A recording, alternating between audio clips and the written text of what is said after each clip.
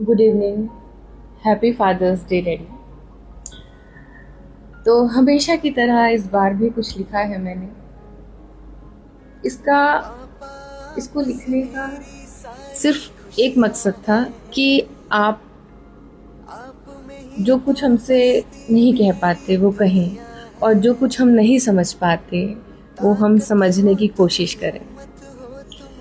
तो लिखा कुछ यूँ है कि कभी मौका मिलेगा तो समझ के देखेंगे, कभी मौका मिलेगा तो समझ के देखेंगे, पिता की आँखों को पढ़कर देखेंगे। हर डांट के पीछे कुछ चिंता छिपी है, हर डांट के पीछे कुछ चिंता छिपी है, हर डांट के बदले पिता को प्यार करके देखेंगे। कभी मौका मिलेगा तो उनको समझ के देखेंगे। ऐसी कई बातें होंगी जो आपने अब तक किसी से ना कही होंगी। ऐसी कई बातें होंगी जो आपने अब तक किसी से ना कही होंगी।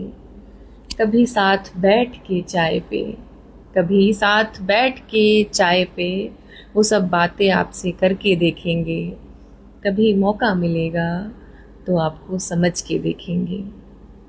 आपके कंधों पे ना जाने कब से कितना बोझ है, आपके कंधों पे ना जाने कब से कितना बोझ है। कभी आपके हिस्से का बोझ उठा के हम भी देखेंगे, कभी आपके हिस्से का बोझ उठा के हम भी देखेंगे। कभी मौका मिलेगा तो आपको समझ के देखेंगे। आपको आज क्या दें समझ नहीं आ रहा, आपको आज क्या दें समझ नहीं आ रहा। कोशिश रहेगी आपके हिस्से की खुशियाँ आपको दे के देखेंगे। कभी मौका मिलेगा तो आपको समझ के देखेंगे।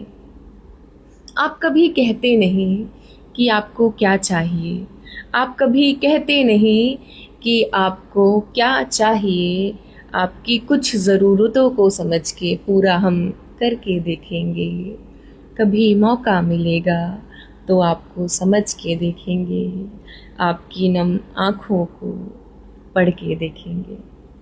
शुक्रिया ताकत हो तुम, हिम्मत एंड हो थैंक तुम यू सो हम मच। सबकी, तुमसे ही जिस भी महकी तरीके से, जैसे जीवन भी की ये बगिया है, आपने हमें पाल पोस के बड़ा किया, तुमसे ही मैं तहे दिल से पापा, शुक्रिया तुमसे कि हमें इस ही काबिल बनाया इस कि घर हम का अपने पैरों पे खड़े हैं और मान तुम गर्व ही से हो, कह सकते हैं कि हाँ, हम आपके अभिमान थैंक हो यू। तुम